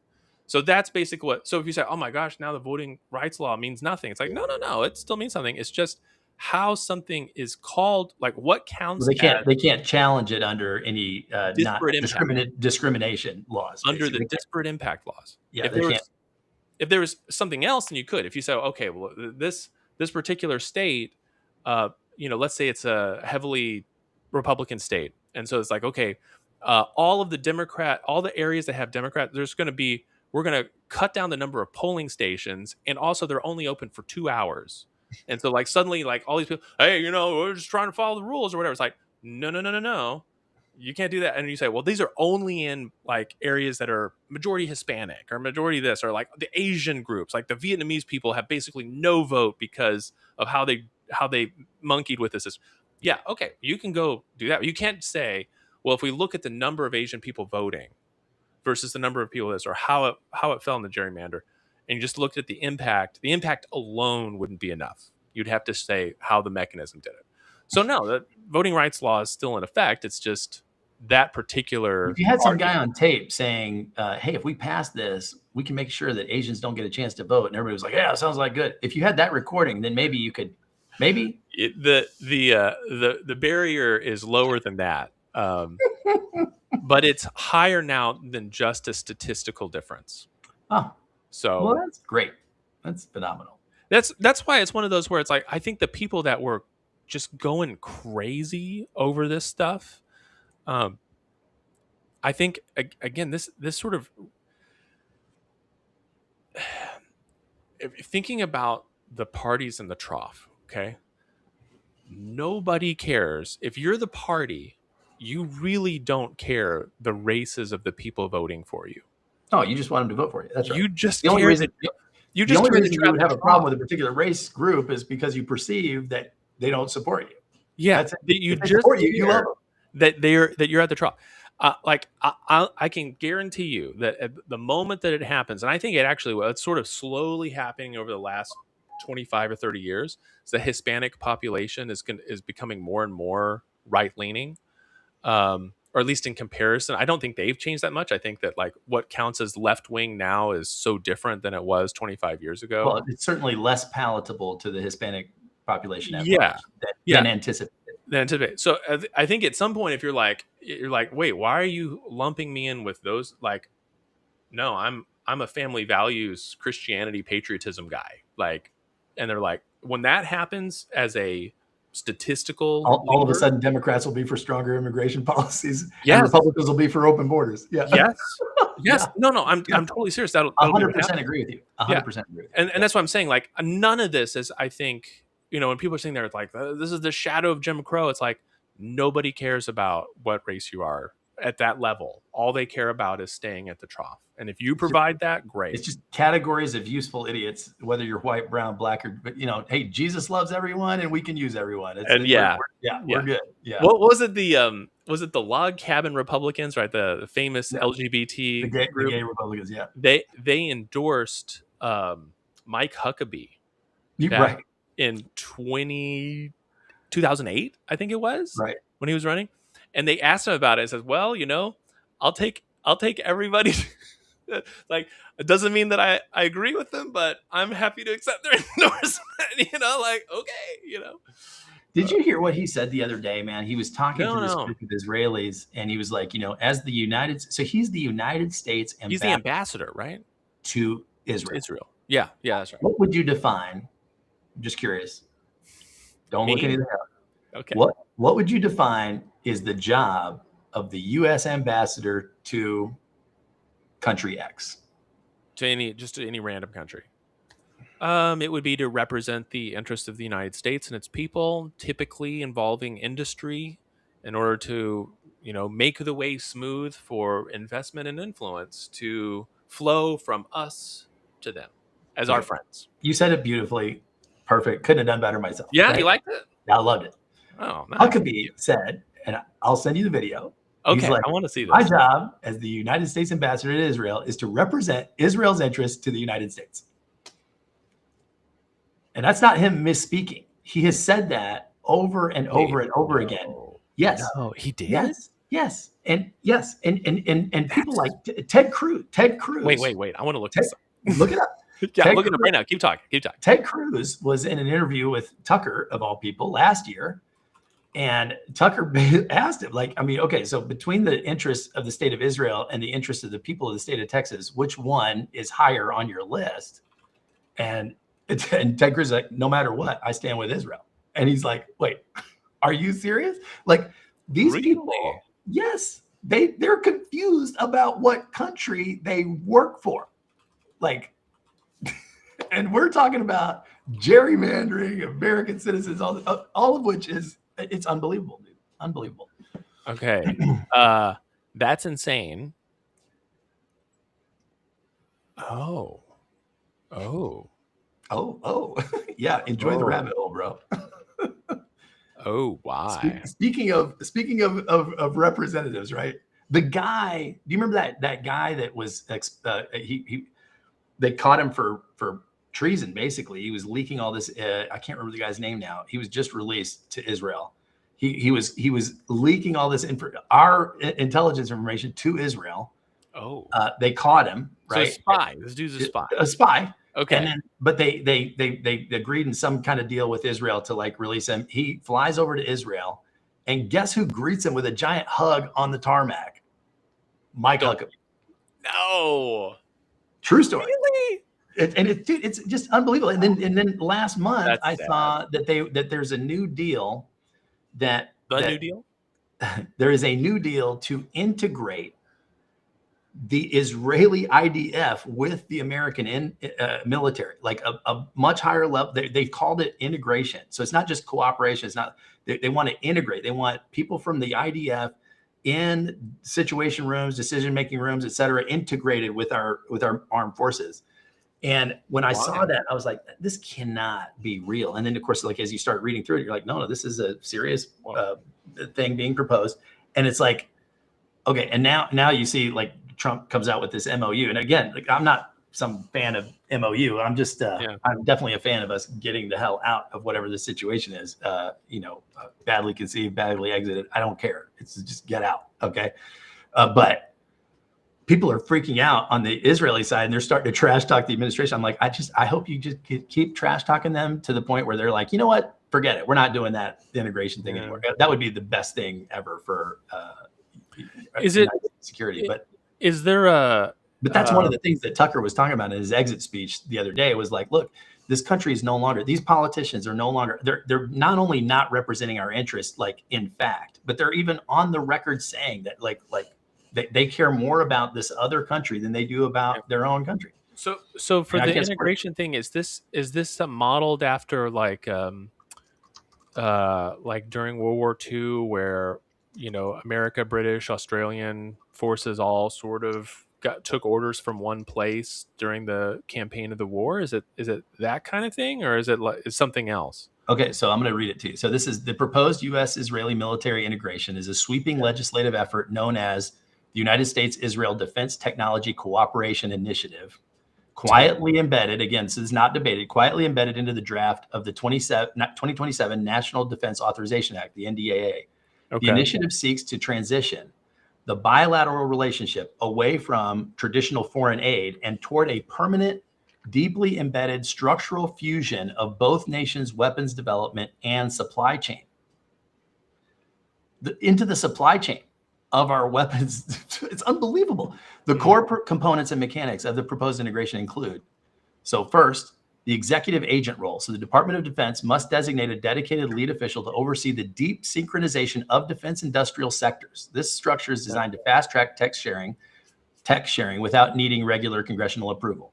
Okay. Sounds great. Industrial base entrenchment. The mandate would legally force the U.S. military to incorporate Israeli defense technologies into critical domestic defense manufacturing priorities. Number 3, network integration data fusion. Legislation includes provision for allowing for direct digital network alignment and reciprocal data sharing, which we probably already do that. Emerging warfare domains. Joint research, development, and co-production will legally expand beyond just missile defense into cutting-edge domains like AI, quantum machine learning, autonomous drone systems, cyber defense, directed energy weapons, and then national technology industrial base expansion. Separate versions of the overarching legislative push seek to eventually allow Israel to ascend into the U.S. National Technology and Industrial Base, which is a tightly guarded technological alliance that currently only includes the U.S., UK, Canada, Australia, New Zealand. Mm-hmm. And then this, so that's all that's written here. But how Now, there is a bipartisan floor amendment that's being working through right now to strip this provision from the NDAA. Yeah, I doubt it. Or at least inspect the details of the cooperative drone and missile defense projects already underway. But because it sounds to me like, okay, so if you were thinking to yourself, this whole Iran thing, this is going to be long term, and there's going to be missiles and drones and laser guided stuff. That's exactly where that comes from. You flying back and forth. They foresaw a ground invasion and joint operations and all this other stuff. Yeah. So like, I think if that was we're backing off. If that was the case, then I think I would expect to see something in there that says like, yeah, we need to have extremely tight coordination, because like last thing you want to do is have two different systems blowing up the same projectile. You don't want duplication of effort. You don't want accidental friendly fire. Everyone needs to know the same things all the time. If you're going in there together, then you actually have to do it together.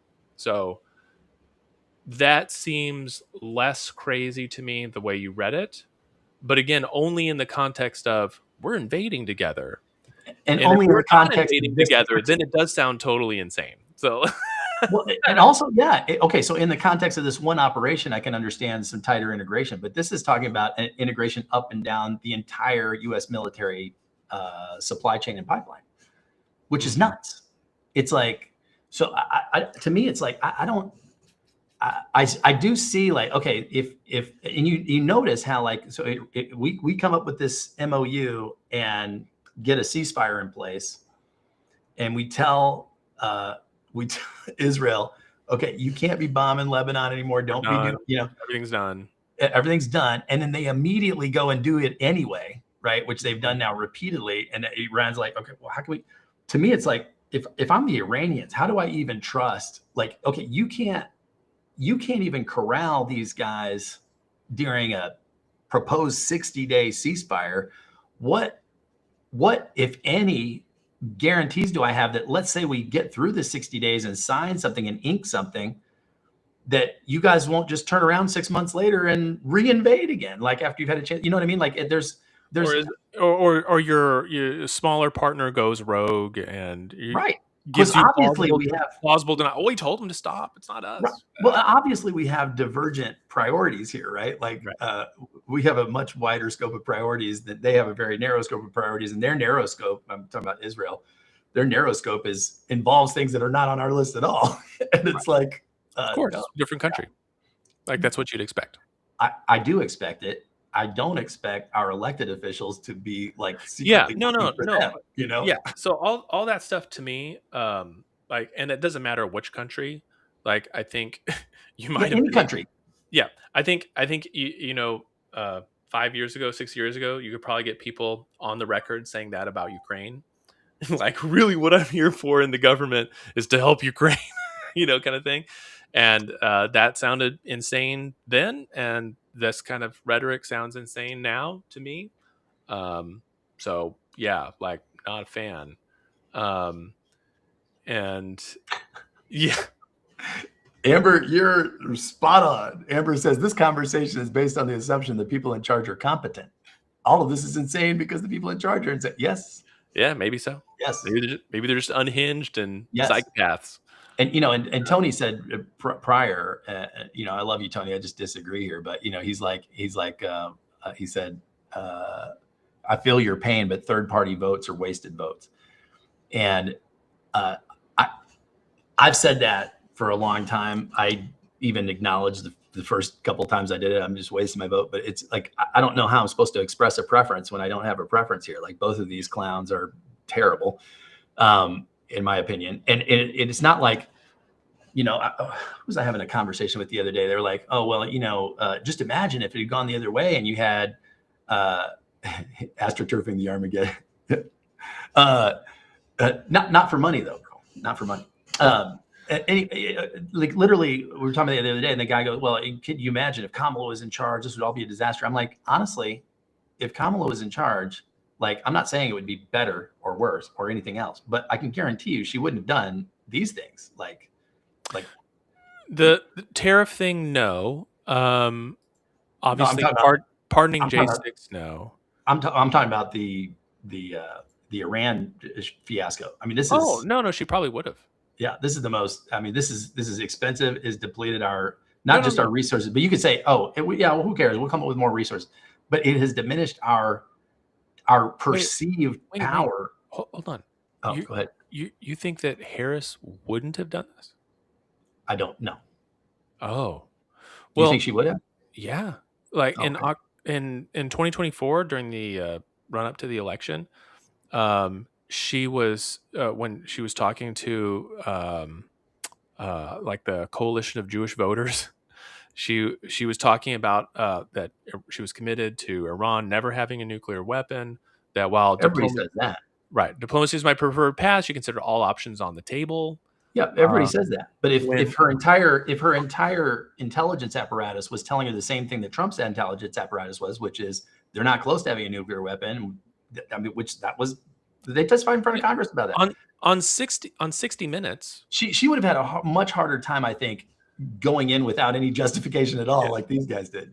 It's on 60 Minutes. She said that Iran was our greatest adversary, and that Iran had already had American blood on their hands, and that she thought that a top priority was that Iran not becoming a nuclear power, and she would not commit to refraining from a preemptive strike.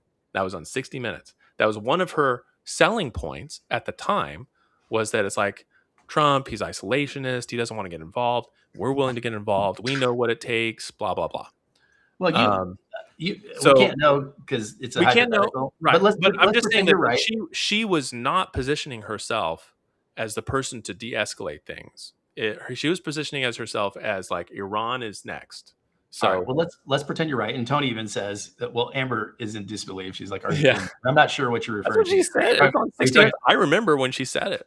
Are you talking to me about like, I don't think Kamala would have been whatever. Tony, though, he said she definitely would have done it because she would have been told to do it. And I think that is 100% plausible. I don't think it's like for Trump, who's vocally on record over and over and over talking against this kind of thing, for him to go ahead and do it. Obviously, he's being told what to do from somewhere else. To me, there's not it's like, oh no, Trump's totally in charge. I'm like, I don't think so. Obviously, if he is, it's the worst implementation of anything I've ever seen. Well, I mean, as often as he has gone against, from what we can tell, gone against his own advisors, the case that was made must have seemed very plausible. And I don't think, I mean, if he found it plausible, I'm pretty sure Harris would have too, because she was already ready. She was already primed to do something. It's hard when you get high on your own supply, man. Yeah. Don't smoke your own crack. No. That's to sell to other people. To give away the first dose to the kindergartners first. Yeah. Sorry. Well, and so okay, so let's even take this as an interesting thing to talk about for the last like 10 minutes. Okay, so if you truly believe that no matter which direction we would have gone, this is exactly where we would have ended up,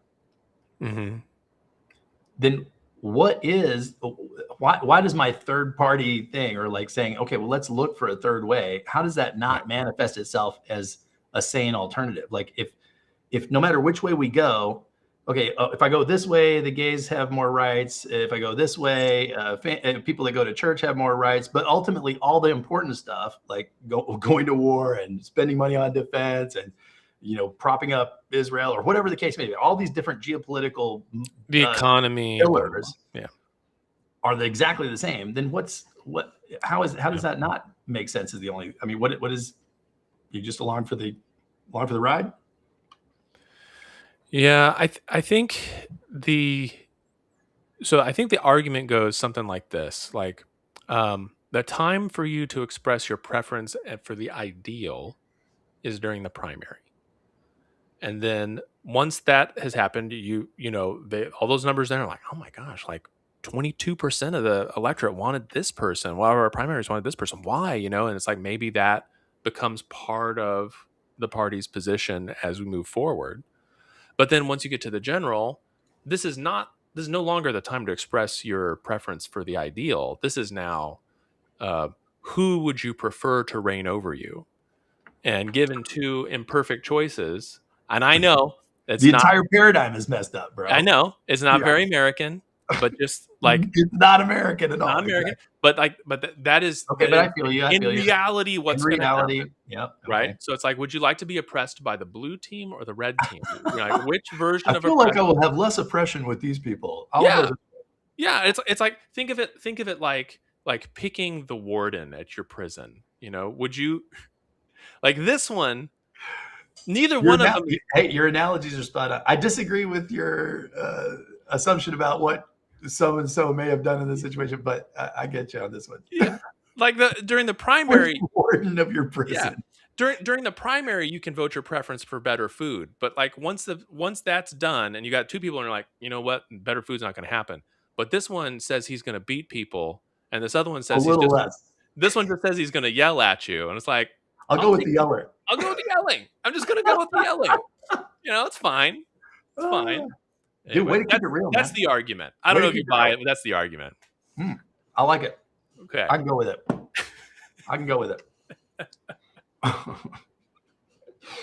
Oh my gosh. Who was that? Who was the ward? Brubaker, right? That Redford Brubaker. Oh yeah. That's a great movie. Based on a true story too. Talk about a revolutionary way to approach prison management. And that guy later wrote books. Did you ever see that movie? That's a good movie. Which one was that one? Brubaker. So this guy was a warden, but he gets himself put into prison as a prisoner and lives for like a month. Oh, just to experience it. To see what was going on. Nobody knew who he was. The guards, everything, right?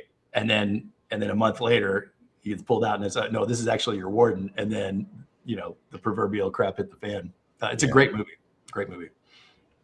I was trying to find that, let's see here, Cold War movie about nuclear war with Henry Fonda as president. Let's see if I can find it. Yeah, Failsafe. Yes, that is exactly the movie. 1964, Failsafe. Fonda stars as an unnamed U.S. president who must manage a catastrophic crisis after a technical malfunction accidentally sends a squadron of American nuclear bombers to attack Moscow. All right, I'm putting it in my list. Is it 2 words or 1 word? It's with a hyphen.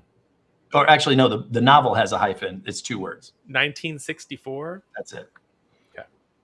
And it's interesting. There's a. Did you ever see that movie? The Ben Affleck movie came out a long time ago. The Sum of All Fears. Tom Clancy. I think Morgan Freeman was the president, and I can't remember all the. But or no, Morgan Freeman played. It doesn't matter. Bottom line is they borrowed some of the cat and mouse stuff towards the end from this movie, and I remember thinking at the time, like, man, this reminds me a lot of another movie. But yeah, it's excellent, dude.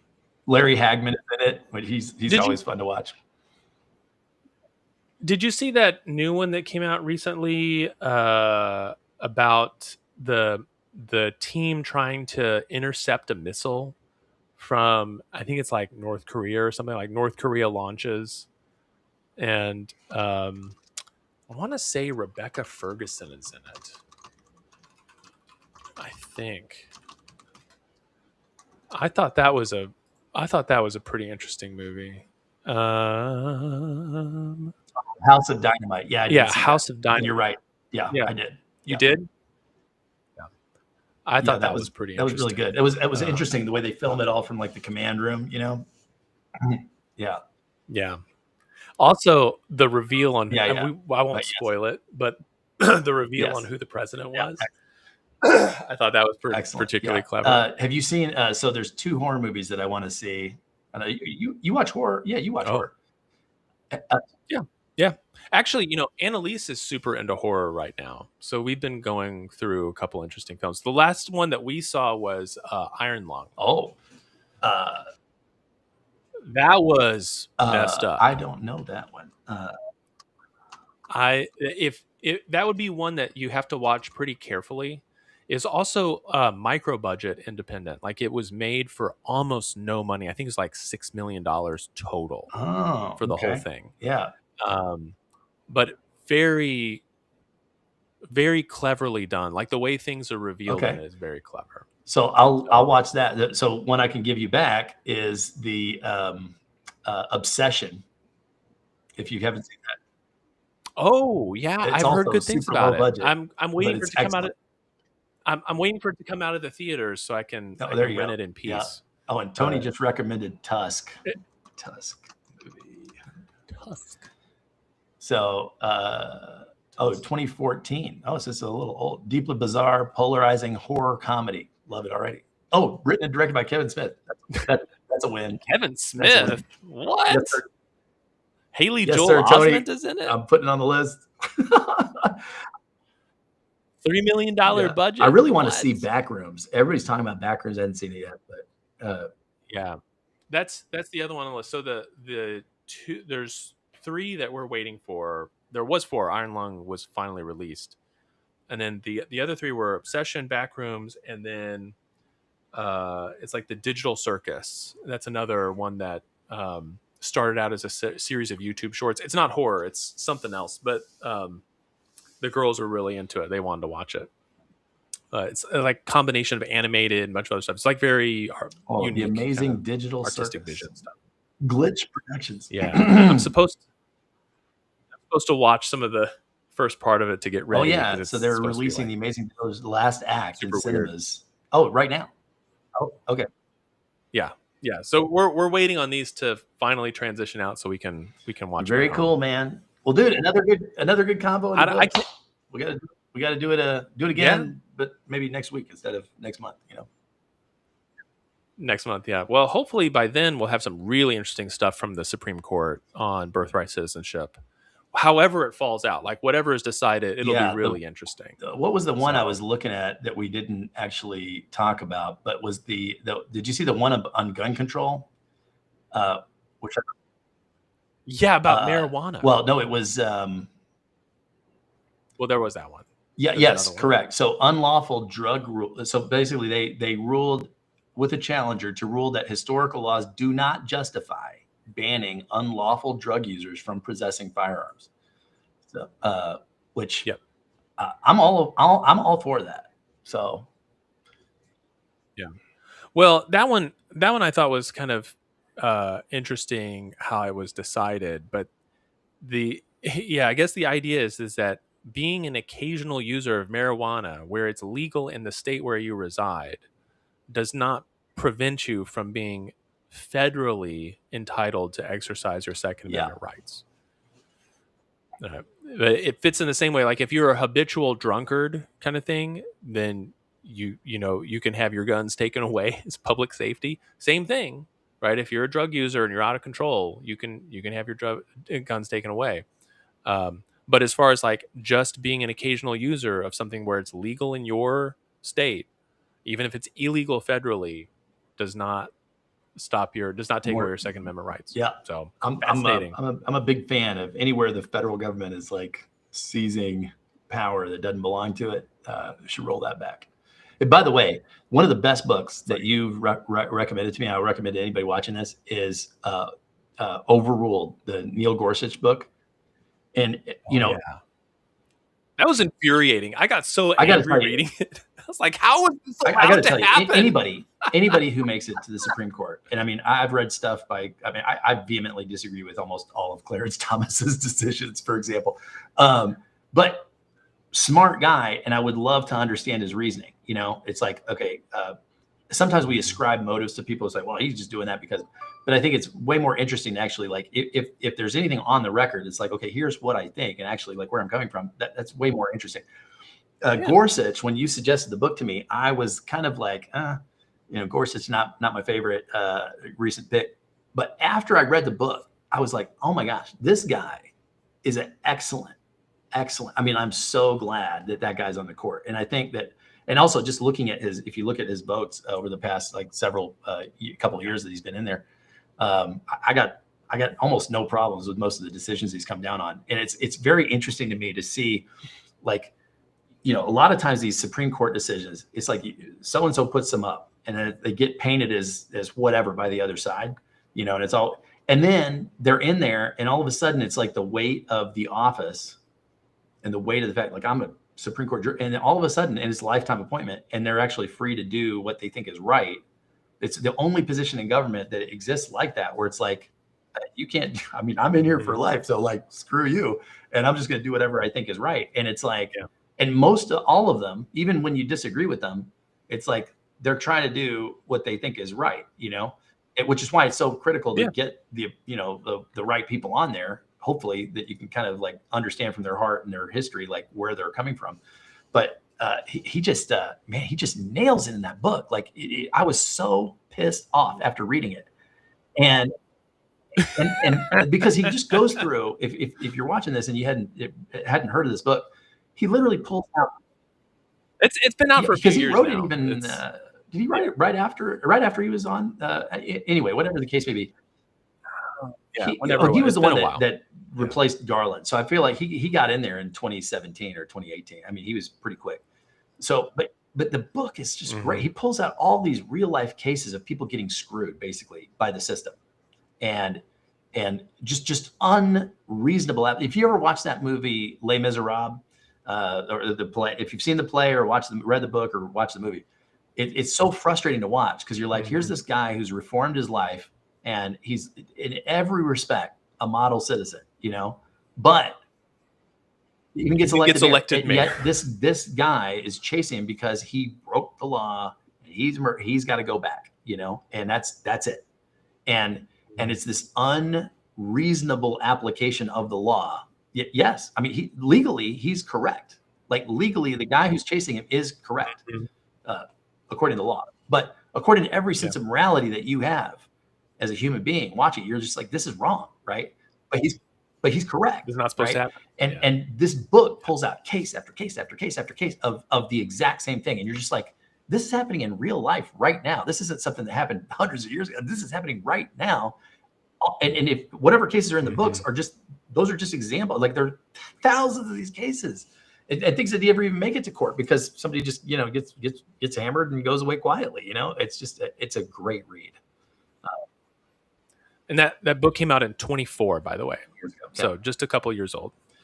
All right, brother, I got to run, but this was a lot of fun as always. So, and thank you guys for watching and tuning in. Thank you for the conversation. It really drives what we're doing here. So thank you. Please tune in, tell your friends. We'll catch you next week.